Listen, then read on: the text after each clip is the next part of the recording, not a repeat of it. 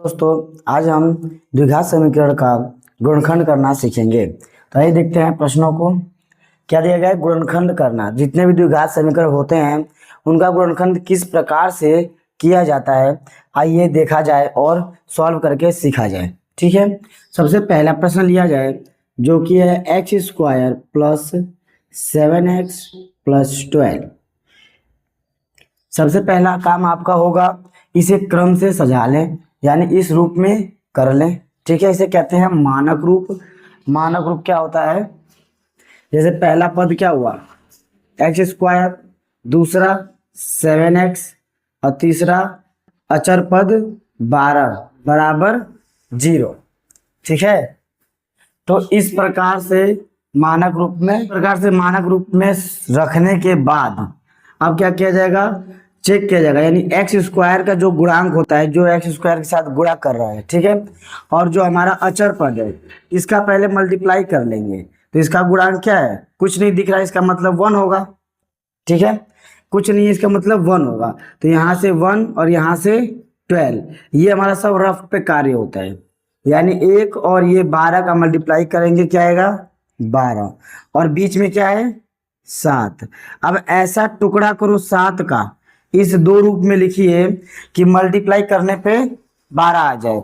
इसके टुकड़े क्या हो सकते हैं? हो सकता है 7, 6 प्लस 1, 5 प्लस 2, इसके बाद 4 प्लस 3, 3 प्लस 4, वही आएगा वापस। तो इन्हीं में से देखना है कि किसका मल्टीप्लाई करने पे 12 आ रहा है।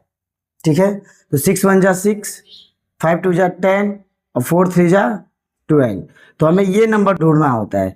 तो इस तरह करके ढूंढेंगे तो ढूंढते रह जाएंगे। अभी तो 7 है, कहीं 100 आ गया, 200 आ गया, तो कितना लंबा जाएगा। ठीक है, तो इसलिए इसको ढूंढने का तरीका होता है इसके अंदर। इसका हम लेते हैं फैक्टराइजेशन, यानी गुणनखंड। क्या क्या होगा? 2 इंटू 2 इंटू 3। ऐसा नहीं लेना आ रहा तो इसका एलसीएम निकाल सकते हैं। 12 का फैक्टर करेंगे तो पहले 2 से, फिर 2 से और फिर 3 से। तो ये आ गया फैक्टराइजेशन। अब इनकी मदद से, ये कितने हैं? 1 2 और 3, कुल मिला के ये 3 है। तो इनकी मदद से दो ऐसा नंबर बनाना है जिसको जोड़ने पे 7 आ जाए। इनकी मदद से दो ऐसे नंबर, यहाँ पे 3 नंबर, यानी किसी दो को मल्टीप्लाई करना पड़ेगा। तो इन दोनों को मल्टीप्लाई करेंगे तो क्या हो जाएगा?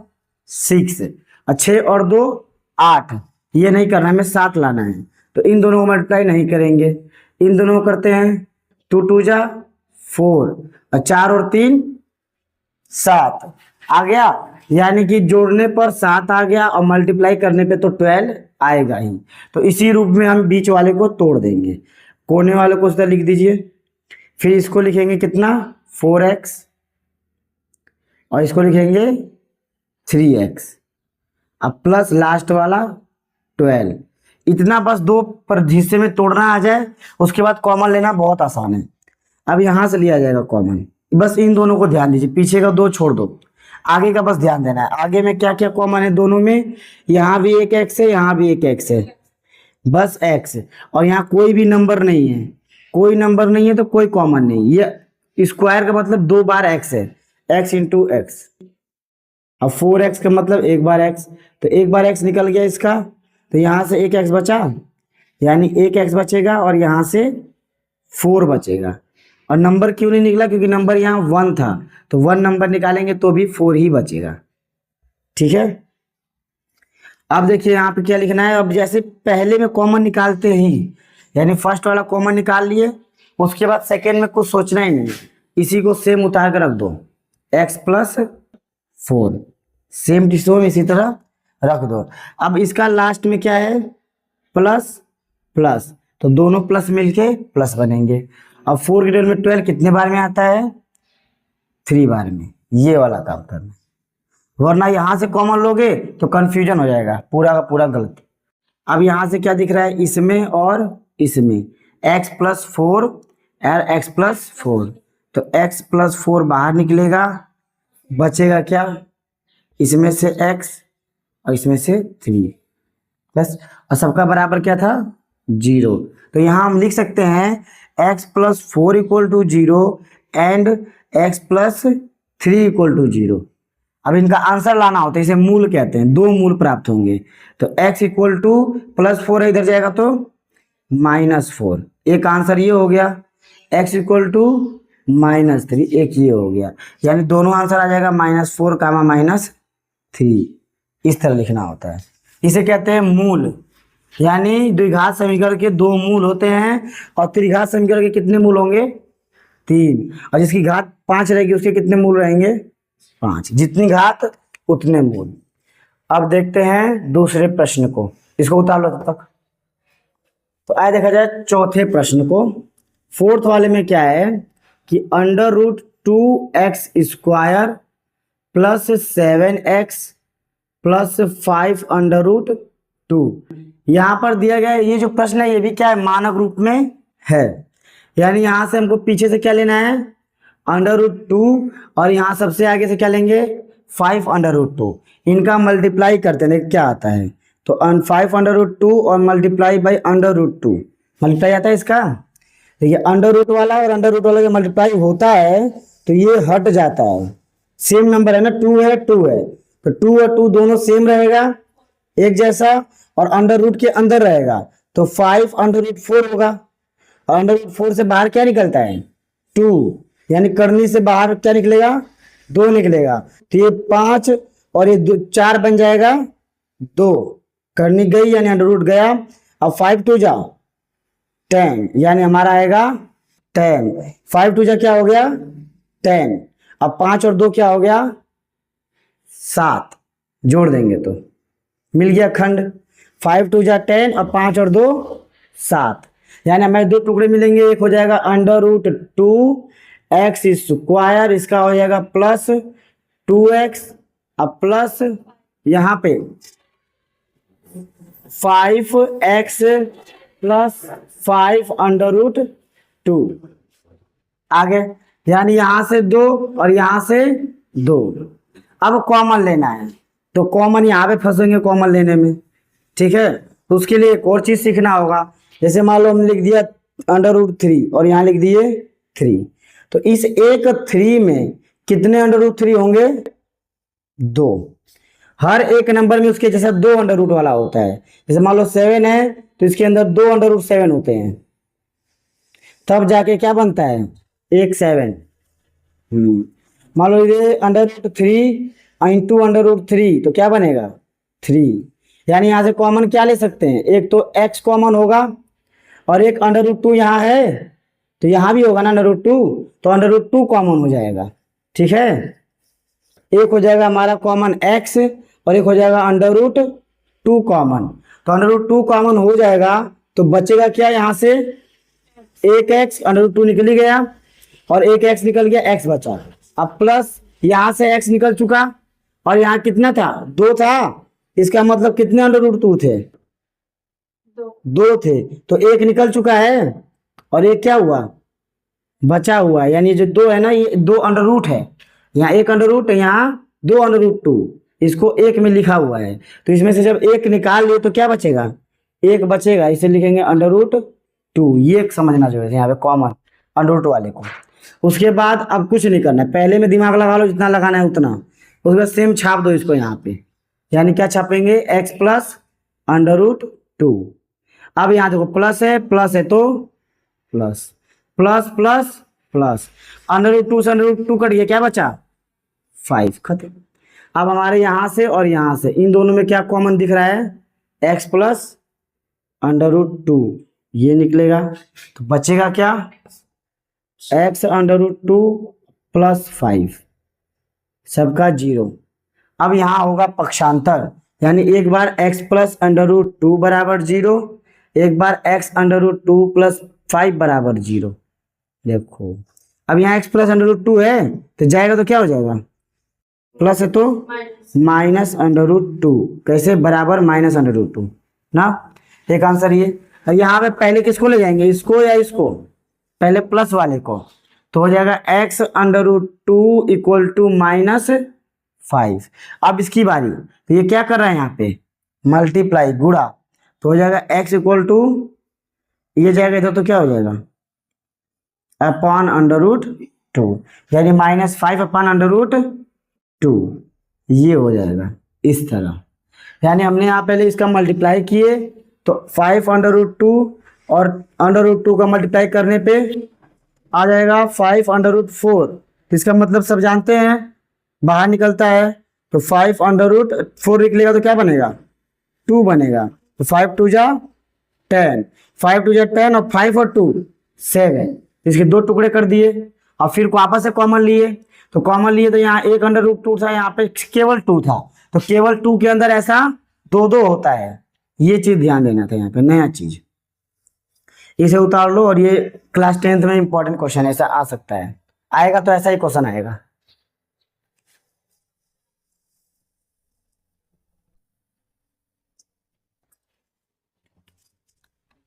तो अगले क्वेश्चन को देखते हैं, क्या है क्वेश्चन नंबर 5।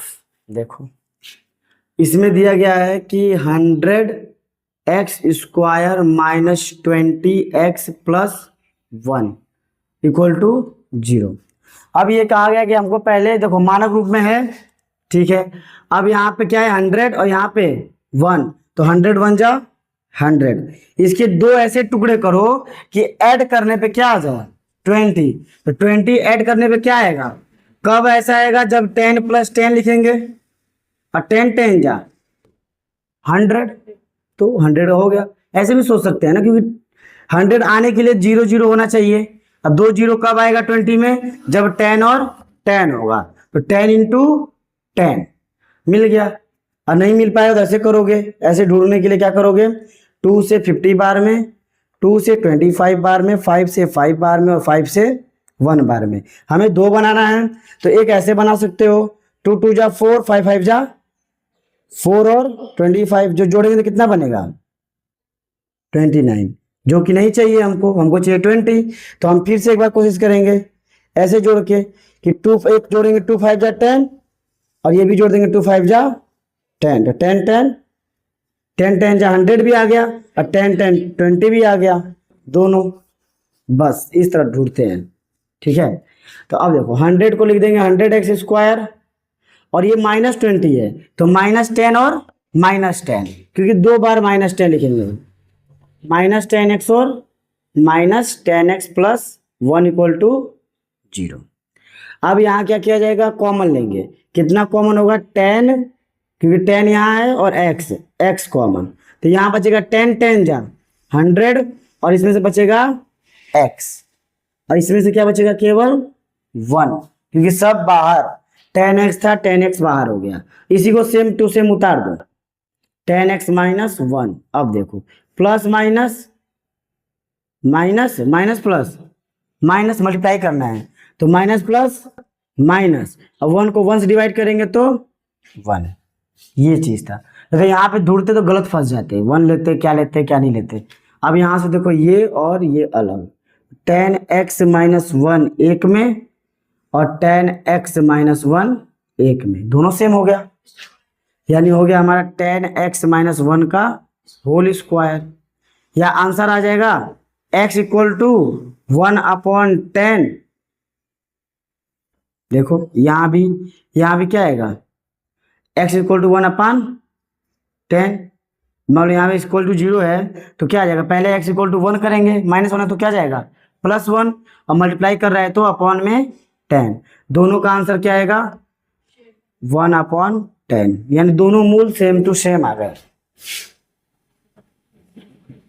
दोनों मूल का सेम आना क्या बताता है, याद है कल का फॉर्मूला विविक्तर b² - 4ac, इसका आंसर 0 आएगा तो दोनों मूल सेम आएंगे। देखो सही में 0 आ रहा है क्या, b कौन है 20² यानी -20 का होल स्क्वायर। देखो b का मान -20 है, उसका होल स्क्वायर। अब -4 × a का मान 100 × c का मान 1 ना। देखो 20 का स्क्वायर क्या होगा 2 2 जा 400, अब -4 × 100 × 1 400, क्या आ गया 0। तो कभी भी अगर विविक्तर का मान 0 आएगा तो दो बराबर मूल, विविक्तर का मान प्लस में आ गया तो अलग अलग मूल, अब माइनस में आ गया तो कोई मूल नहीं, कोई आंसर नहीं। यानी जो बी स्क्वायर माइनस 4ac है ये विविक्तर होता है, इसे कहते हैं डी से प्रदर्शित करते हैं।